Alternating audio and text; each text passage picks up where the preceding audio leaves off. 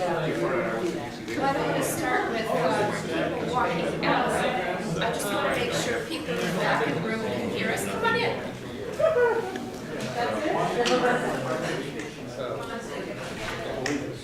So many of you know me and know that this is my mother's wedding set that I sadly received when I was 15 years old after she died of a stroke. So this work is very near and dear to my heart and yours. I'm sure you all have similar stories to tell. I know that many of you like to keep those stories more private, but it makes it very easy to get up in the morning pretty much 7 days a week and keep moving this forward. And in fact, next month on June 10th, we're going to have a program on stroke. There have been fantastic improvements in stroke care in the last few years and even in the last few months.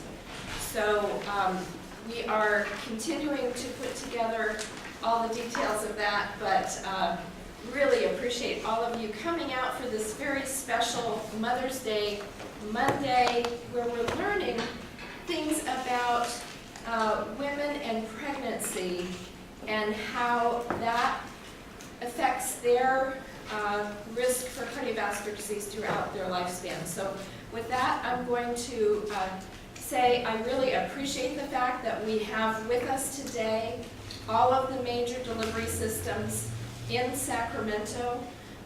Thank you, Kaiser, Sutter, Mercy, UC Davis.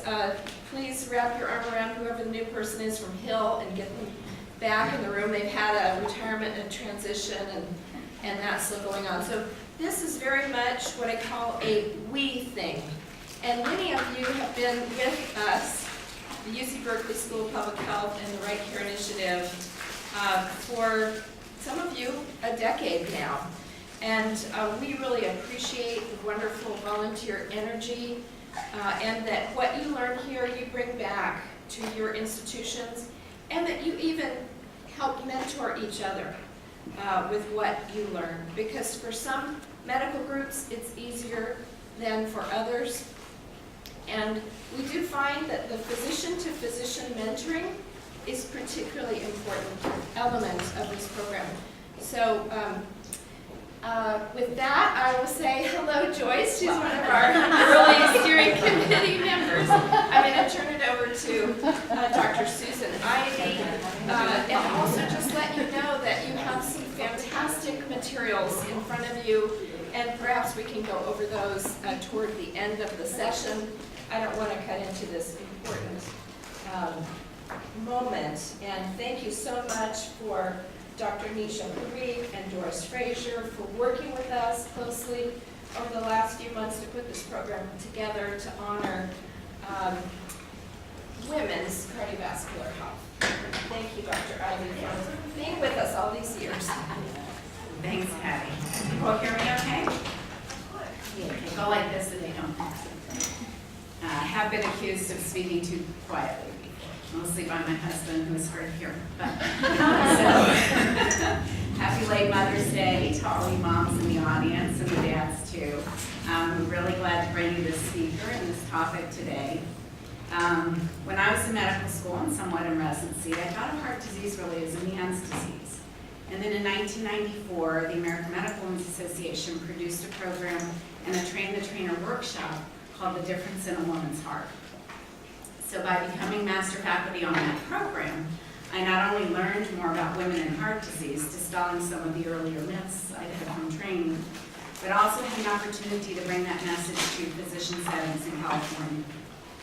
So here we are, 25 years past the launch of that education program, and yet women are still more likely to die from heart disease than any other condition. And sadly, disease and dysfunction of the heart and vascular system, cardiovascular diseases, are now the leading cause of death in pregnant women and women in the postpartum period. Those diseases account for 4.23 deaths per 100,000 live births in the United States. And to frame that, that's a rate about twice what it would be in the UK. Most of the recent U.S. data indicate that cardiovascular diseases account for 26.5% of U.S. pregnancy-related deaths. But perhaps as evolved, this is also an area with a lot of terrible disparities. African-American mothers die at 3.3 times the rate of white women, and Native American or Alaskan Native women at 2.5 times the rate of white women. And that's according to a report out from the past week from Centers for Disease Control. So this is the new stuff. The good news is that about 3 in 5 of those deaths are preventable. And I'm really happy to bring experts together today to talk with you about ways to be on the watch for risk factors and early signs of cardiovascular disease and risk in younger women. And with this focus on pregnancy, preeclampsia, and hypertension in women. And then more from our other speaker on implementing best practices for women. Our first speaker is Dr. Nisha Parikh. She's an assistant professor of cardiovascular medicine at UCSF School of Medicine, where she practices clinical cardiology and conducts research in cardiovascular epidemiology. As a trained cardiovascular epidemiologist and an echocardiographer, she sees patients in the Pregnancy and Cardiac Treatment Program, as well as the Cardiovascular Care and Prevention Center at UCSF. Following her fellowship in cardiology at Beth Israel Deaconess Medical Center, she also studied as a cardiovascular epidemiology research fellow with the Framingham Heart Study in Boston. And last but not least, and of course near and dear to my heart, she also earned her master's in public health from UC Berkeley School of Public Health in epidemiology and biostatistics. Good news! Dr. Parikh will be presenting today on her research about prevention and treatment of preeclampsia during pregnancy, the prevention of postpartum chronic hypertension among women with preeclampsia, and assessing what we now know is an elevated risk for a heart attack and stroke among women who have experienced preeclampsia. Like me, she is also a fan of lifestyle changes as they contribute to optimal cardiovascular prevention. And so I'd like to welcome Dr. Parikh to our Capital Region RightCare Initiative University Best Practices. Thanks.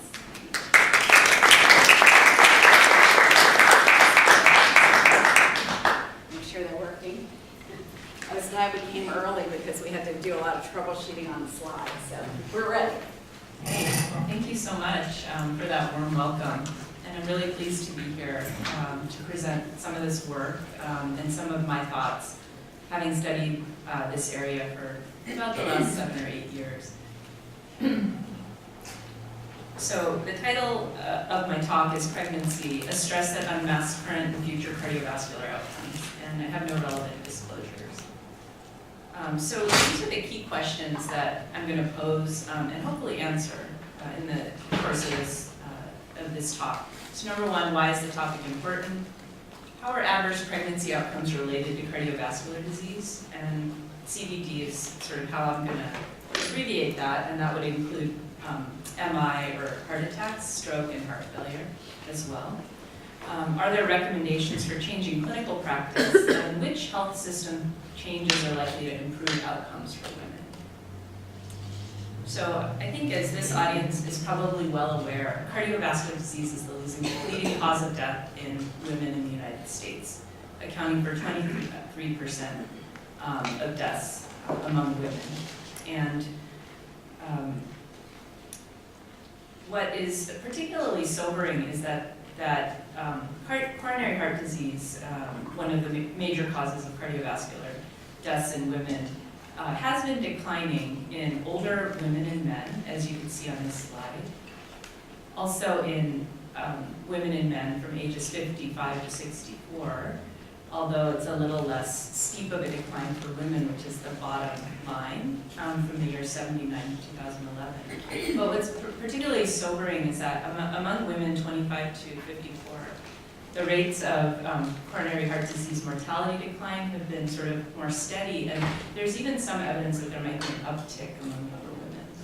And so this data really spurred Betsy Nabel, who's the former director of the NHLBI and now president of Brigham and Women's Hospital, to sound the alarm that we really need to pay attention to heart disease in young women, try to understand exactly what's behind these trends and to reverse them. The other sobering statistic is that U.S. maternal mortality trends are on the rise, and unfortunately, Our counterparts on this left-hand slide are in the black lines here. And so these are European countries, including UK, Germany, Portugal. Their maternal mortality rates from 1990 to 2015 have been declining, whereas ours have been rising. And so that is certainly a sobering thought, and something that I think Dr. Ivy mentioned as well. On the right-hand side, the U.S. is depicted in the red histogram graph, and the orange histogram graphs are where U.S. mortality, where maternal mortality is rising, the countries where that's happening, and the greatest declines are in the green. And unfortunately, we're keeping company with countries that don't spend as much on healthcare, like Chad and Belize. So this is something that we have to pay attention to as well. And there are race-ethnic disparities in maternal mortality that I think are going to be really important when we think about where to target our efforts. So African American women that are depicted in the blue lines have higher maternal death rates per 1,000 live births than white women, and their disparity ratio remains at about 3 to 4 times that of white women. And this has garnered a lot of headlines, which I'm sure many of you have seen, which I think is great because we need more attention to this issue, and we need to think about it more. Now, why am I, as a cardiologist, concerned about this? Well, if you look at the causes of maternal mortality in the United States, the leading causes are cardiovascular. So everything in red is a cardiovascular cause. So cardiovascular disease, such as a heart attack or a stroke, cardiomyopathy, as well as hypertensive disorders like preeclampsia, are all depicted in the red sort of histograms bars. And then in purple, I put pulmonary vascular causes, because often that's in our wheelhouse as well as cardiologists. So things like a pulmonary embolism. So this is an area that is getting more attention in the cardiology community and in the internal medicine community, but not enough, because it is my opinion that this is in our wheelhouse and we should start to think of it, take some ownership over it as a field. And so that's why I'm speaking about it today. This is some of our own data. This is from the Healthcare Utilization Project in California, and this was led by one of my colleagues, Rima Arnaud. And these are looking at a particular type of condition in pregnancy called peripartum cardiomyopathy. And these hazard ratios of myocardial infarction at the top, heart failure in the middle, and stroke at the bottom essentially tell us that peripartum cardiomyopathy is associated with a 10 to 50-fold increase of heart attack, heart failure, and stroke among women in California. So not only is this condition put a woman at risk for an increased mortality during pregnancy, but she also has a very increased risk of having CVD after pregnancy. So this is a condition that we have to pay attention to. And this is data for about 1,000 women in California from the years 2005 to 11. We at UCSF have been taking an approach to combat this really important issue of maternal mortality, which I wanted to share with you. And that's on the left-hand side here. We have a program called Pact, the Pregnancy Cardiac Treatment Program, which I'm a part of, as well as several of my colleagues. The second approach, which I wanted to highlight today, I'm not involved directly in. One of my colleagues, Elise Foster, is, as well as several other people around the state.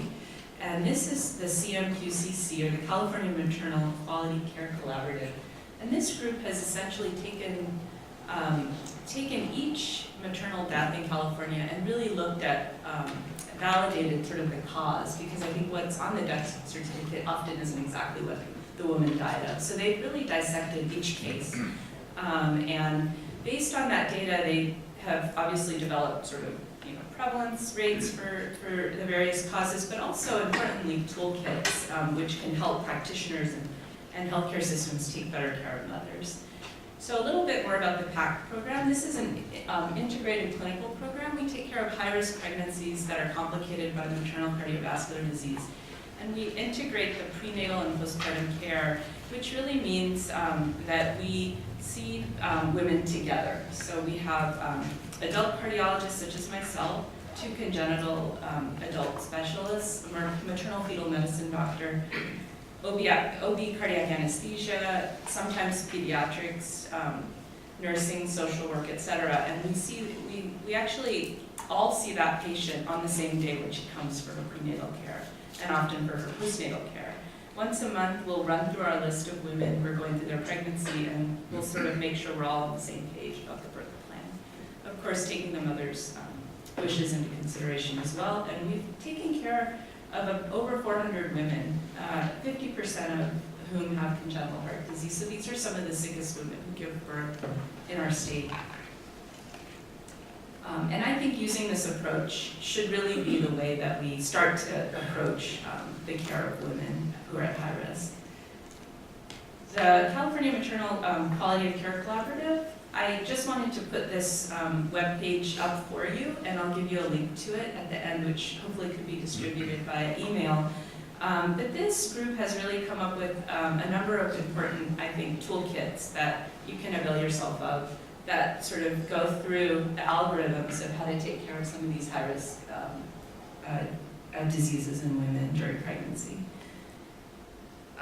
So what are the risk factors that put a woman at risk for having a cardiovascular disease-related maternal mortality? These are the ones that are sort of hot off the presses. This is American College of Obstetrics and Gynecology guideline that came out just last week, so I included it in the slide. But this essentially lists the conditions that we should be looking out for in our mothers. And they include chronic hypertension, chronic diabetes existing before the pregnancy, exposure to a cardiotoxic drug, so if the woman's been through breast cancer or a type of cancer that might have exposure to a cardiotoxic chemotherapeutic agent, if she's had a prior preterm delivery, prior hypertensive disorder of pregnancy, moderate to severe OSA or obstructive sleep apnea. I don't think that's on all of our radars right now. Non-Hispanic Black race, obesity, being older than 40 years, which is becoming more and more common. We just saw a woman who was 55 2 weeks ago in our Pact clinic. That was the oldest woman that I've seen who's pregnant. A strong family history of cardiovascular disease as well. So maternal mortality, I think Margaret Chan, who was the former director of the World Health Organization, put it well. Maternal mortality health is a very sensitive indicator. All you need to look at is a country's maternal mortality rate.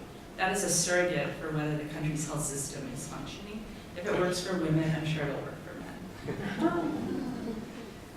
So when we think about cardiovascular disease prevention across a woman's life course, up until now, I think a lot of our efforts have been focused on menopause and sort of approaching that woman when her risk equalizes that of a man's, and really instituting our prevention efforts at that point.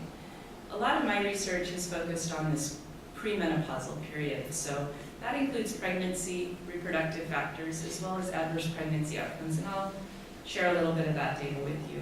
It is true, although I won't focus on it as much, that a woman's cardiometabolic status during pregnancy probably affects the cardiometabolic status of the next generation. So there are in utero effects through imprinting and other biologic mechanisms that will essentially set that baby up for their cardiometabolic status later in life. And so that's just something to keep in mind as well. There's really 2 important reasons and 2 important lives you're affecting when you take good care of that woman. So why would pregnancy be related to cardiovascular disease? What are the mechanisms tying these 2 things together?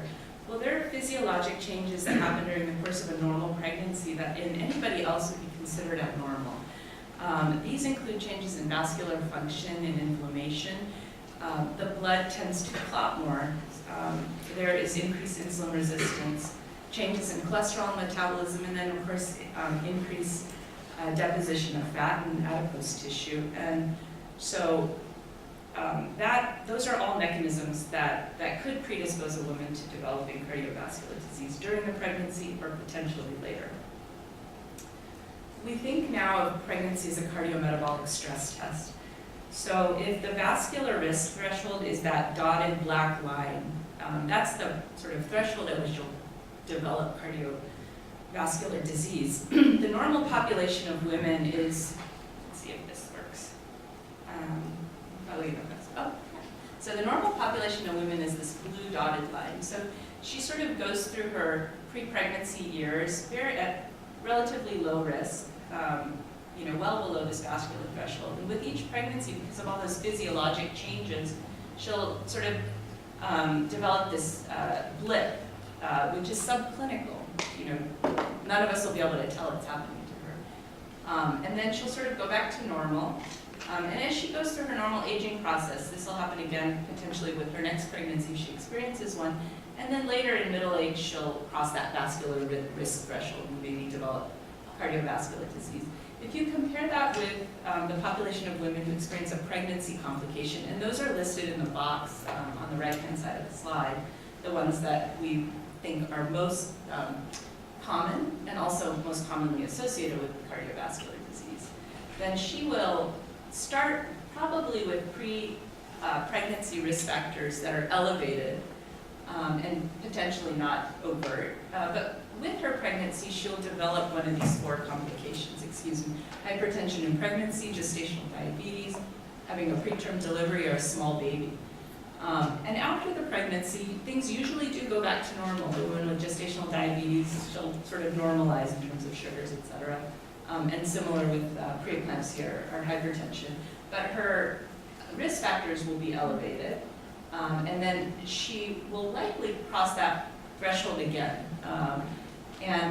She goes on to have cardiovascular disease earlier than the normal population. So that's really the concept of pregnancy as a cardiometabolic stress test. It gives us early information, and it's an early window to identify a woman at risk, and hopefully to treat her and prevent the later complications. This is another way of, for me, thinking about where the opportunities for prevention are. So number one, are to recognize a woman's cardiovascular risk factors both before and after the pregnancy, and to sort of use that window as an opportunity. A lot of women will seek health care during their pregnancy. We might not see them again for a while after that. So you really have her as a captive audience during that time. 85% of women will experience a pregnancy, and 15 to 20% of them will have one or more adverse pregnancy outcomes. 100% of women have a reproductive history. I just like to bring that up because as cardiologists, we don't often ask about that. The second missed opportunity is just knowing her adverse pregnancy outcome information.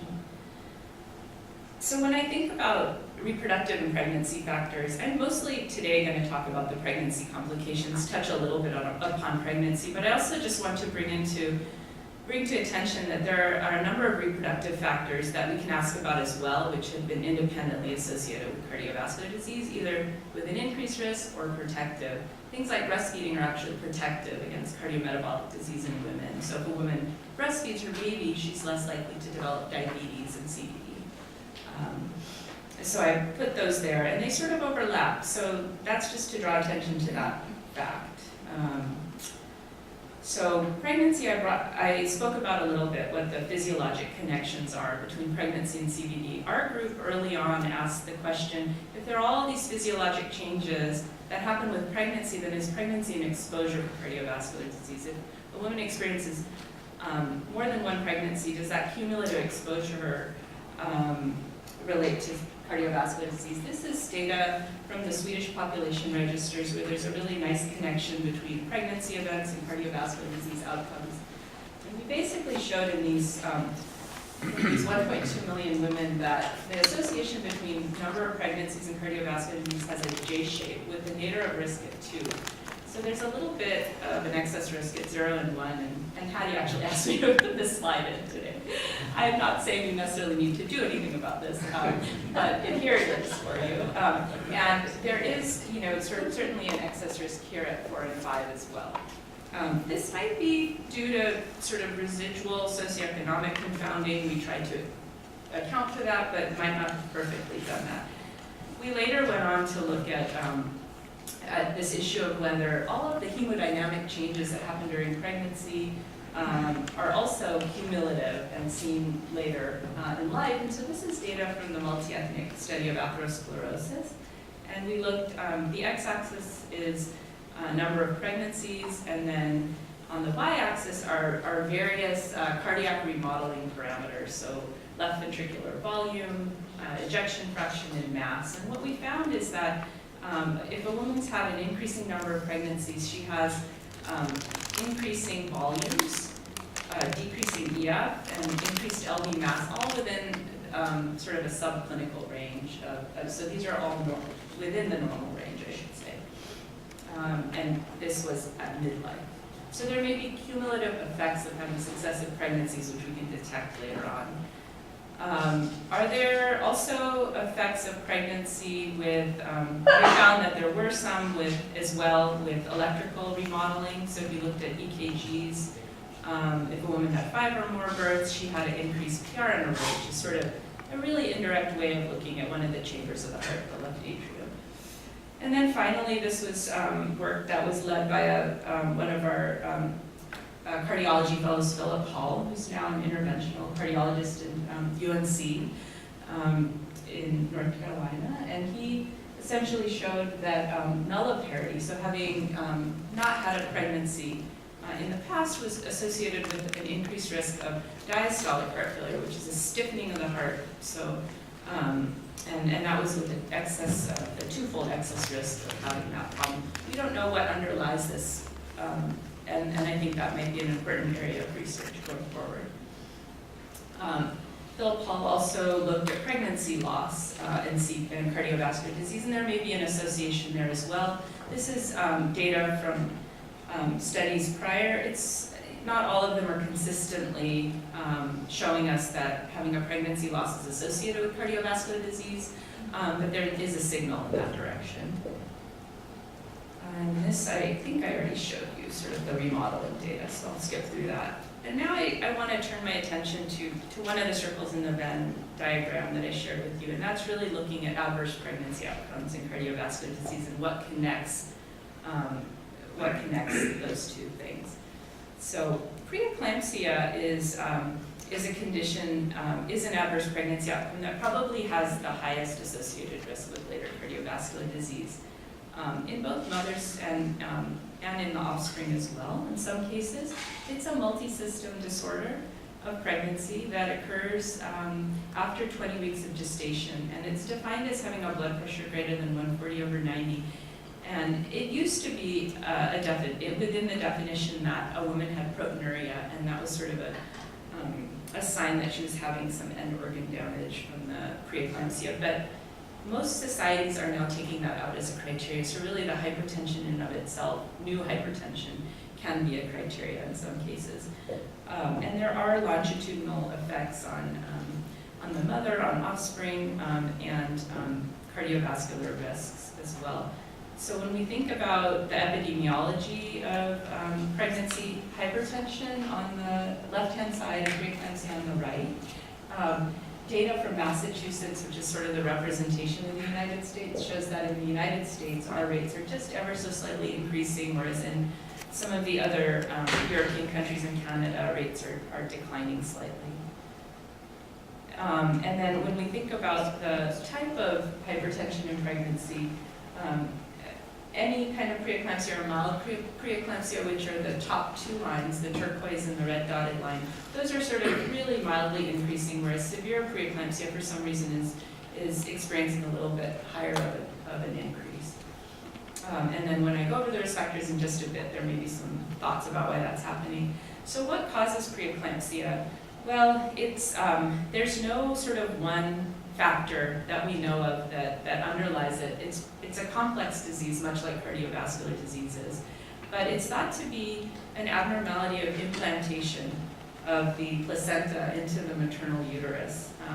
So the a normal implantation is shown here on the left-hand side, and this spiral artery actually implants quite deeply into the maternal uterus for in a normal pregnancy. But in a pregnancy complicated by preeclampsia, the placenta has this shallow implantation, and this shallow implantation is thought to set off a cascade of events that activate several biologic pathways